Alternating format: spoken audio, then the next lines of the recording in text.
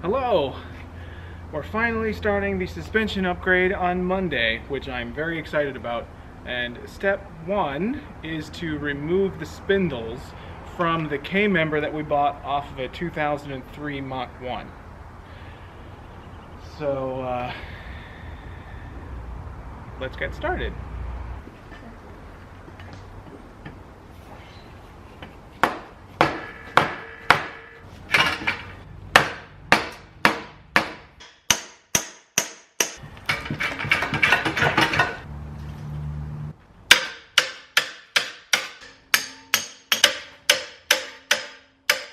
Alright, brute force didn't work, so we're going to heat it up.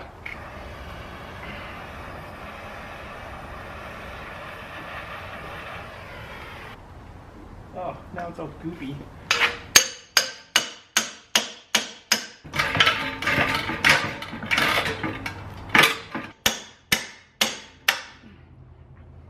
Okay, since we have had no success using the pickle fork, I'm going to give it some wax on the top of the ball joint, since using the pickle fork has also destroyed the boot. So I'm going to need new ball joints anyway. And cross my fingers this will do something.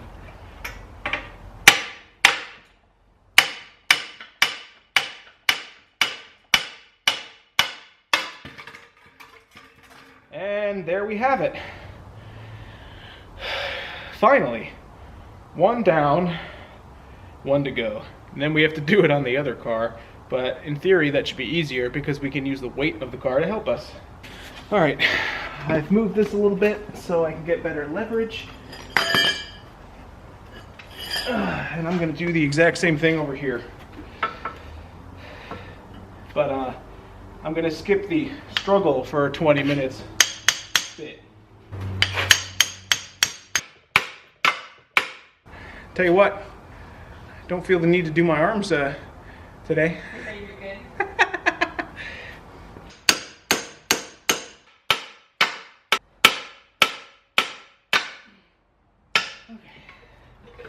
Well, of course, this one's also going to be difficult. So, I'm going to add some heat, like I did to the other one. See if I can loosen it up.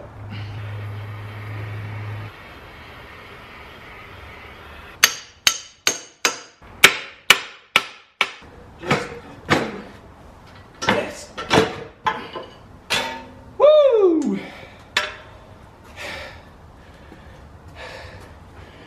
I'm so tired now.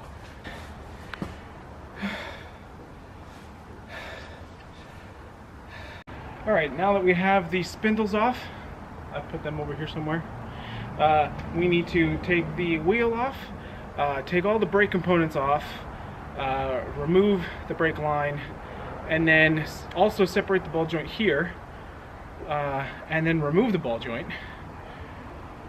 and then put everything back together with the new parts. So we'll do some comparisons on the way because it'll be fun. But yeah, why don't we get started on this?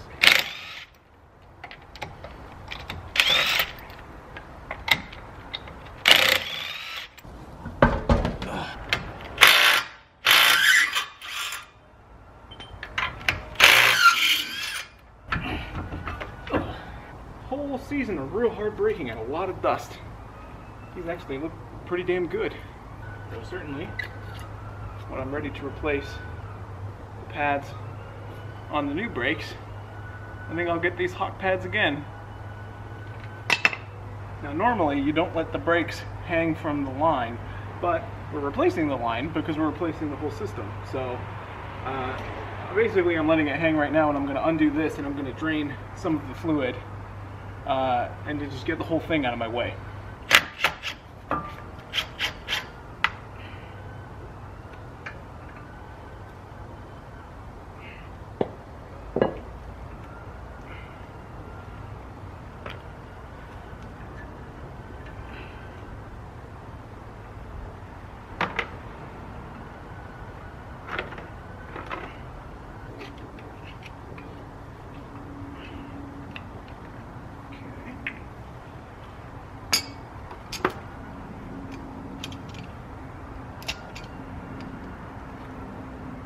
good news, this grease doesn't look too bad, which hopefully means this will be easy to get off.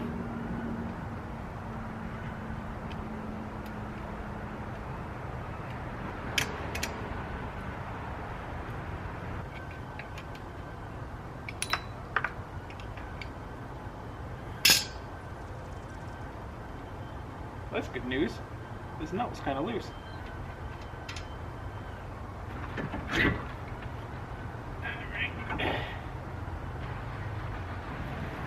Ugh.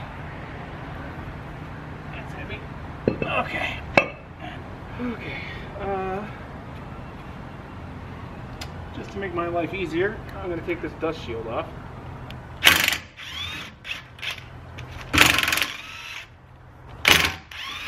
There we go.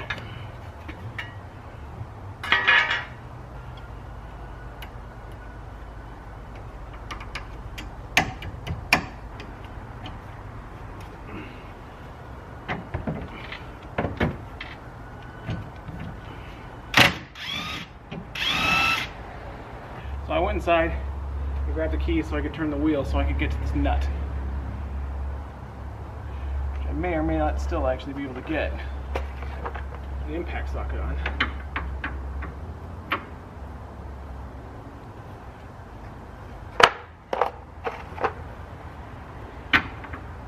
Without taking this lower one off. But I guess I have to take this off anyway.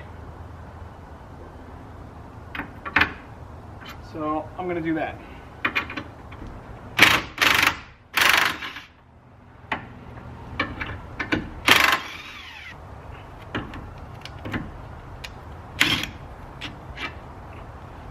Okay. All right.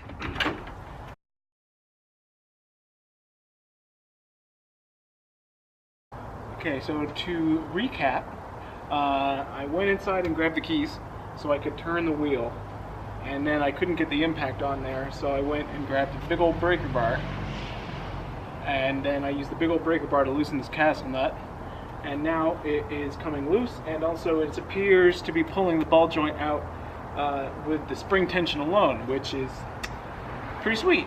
So I'm gonna grab the jack, put the jack under the ball joint so it doesn't flail down and make a big mess, and loosen this castle nut the rest of the way.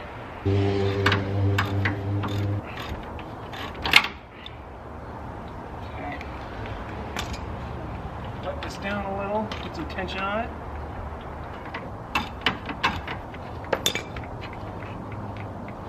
Oh, and we're off, finally. Now, I should be able to let this down slowly.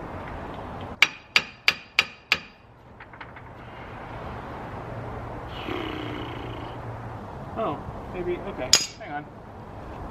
Maybe I need to undo the sway bar.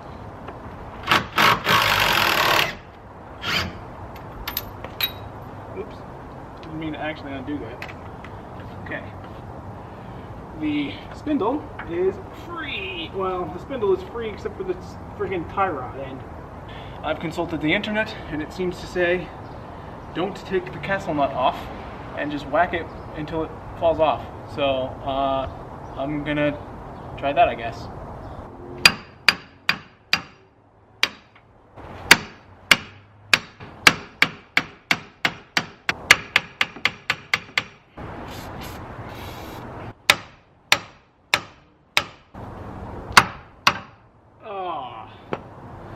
Fucking hell. Turns out, you hit it enough times, it will just fall off. Jesus Christ.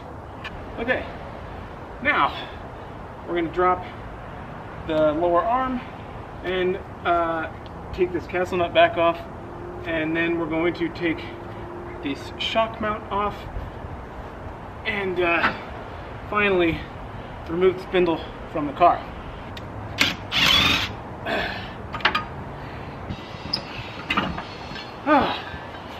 Spindle is out of the car.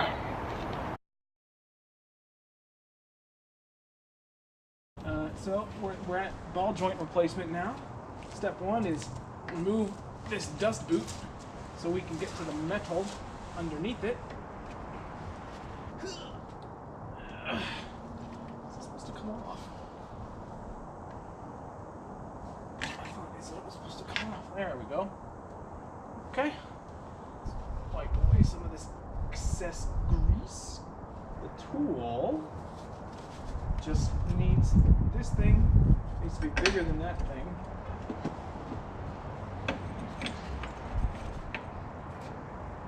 And we'll put the cup underneath it. And then put that like that. And then we tighten this down. Okay.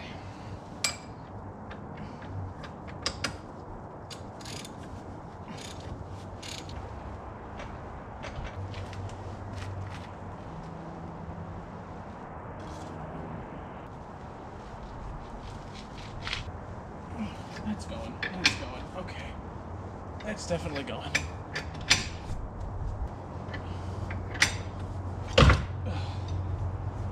Lovely. Okay. Woo! Ball joint out. This is a brand new ball joint for a 2003 Mach 1. So we are going to install this to complement our new spindle so it will fit properly without having to have a spacer. So with the amount of work this has been, I'm kind of doubting some of my life choices. Alright, now that we've tied it up a little bit, let's figure out how this goes back in.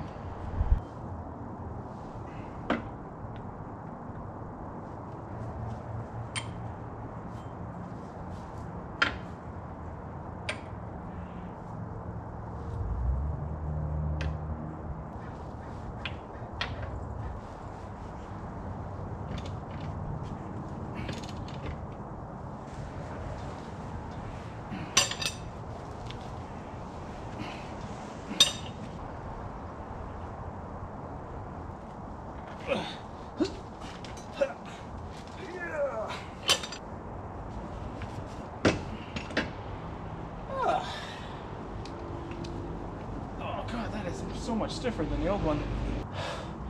And I suppose that is how you somewhat properly replace a ball joint. Now, let's lower this thing back down and get our new spindle on.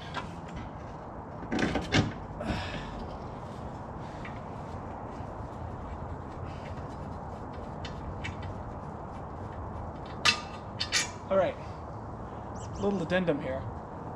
We're going to do this up just by hand because we've got coilovers coming and I don't really want to repeat this whole process over again if I don't have to. So we're going to leave everything a little loose and it's just going to sit here, so it doesn't really matter if it's loose. And then when the coilovers show up, we'll have less work to get everything undone.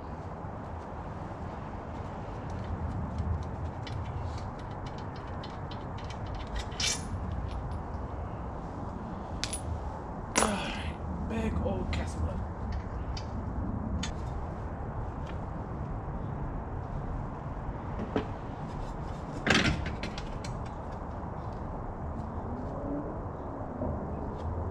That's odd. There appears to be no cotter pin hole in this ball joint. So that's fun. Oh yeah. Where's the old one? So this is our old spindle. The hub goes on the spindle, which is part of the brake system. It also is a 4-lug system. This is our new one. It's got an integrated hub, so you don't have to play with bearings every time you need to play with the brakes. And it's 5-lug, which gives us a much better wheel choice. And from all of the research I have done, it should bolt right up. Even though this is from a 2003 Mach 1. And this is an 88 Mustang GT. Now I think I need to finagle this back in so that I can finagle this back in there, and then this will go back in here, and then we're done. Well, I guess then we'll put the brakes on, so I'll do a big brake reveal, and that'll be fun.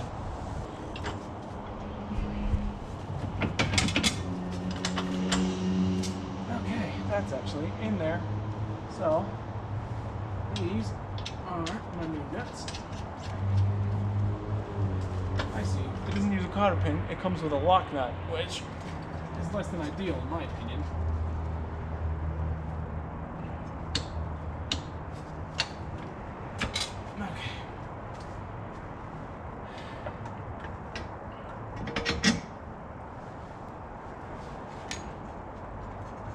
Okay, I'm gonna turn this around, put some bolts on the shock.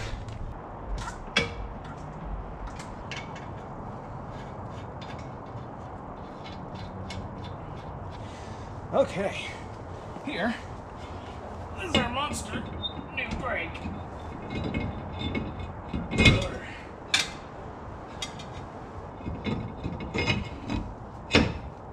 That's better. Okay. These are our new brake rotors. These are our old brake rotors. So you can see the new one significantly larger than the old one. These are the new brakes. They're Cobra clones, so I should have a lot more stopping power than I have had in the past.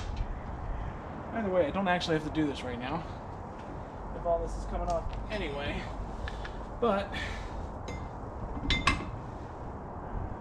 looks pretty sweet, right? For now, since we're not done down here, what I'm gonna do is I'm just gonna put a wheel on and do the other side.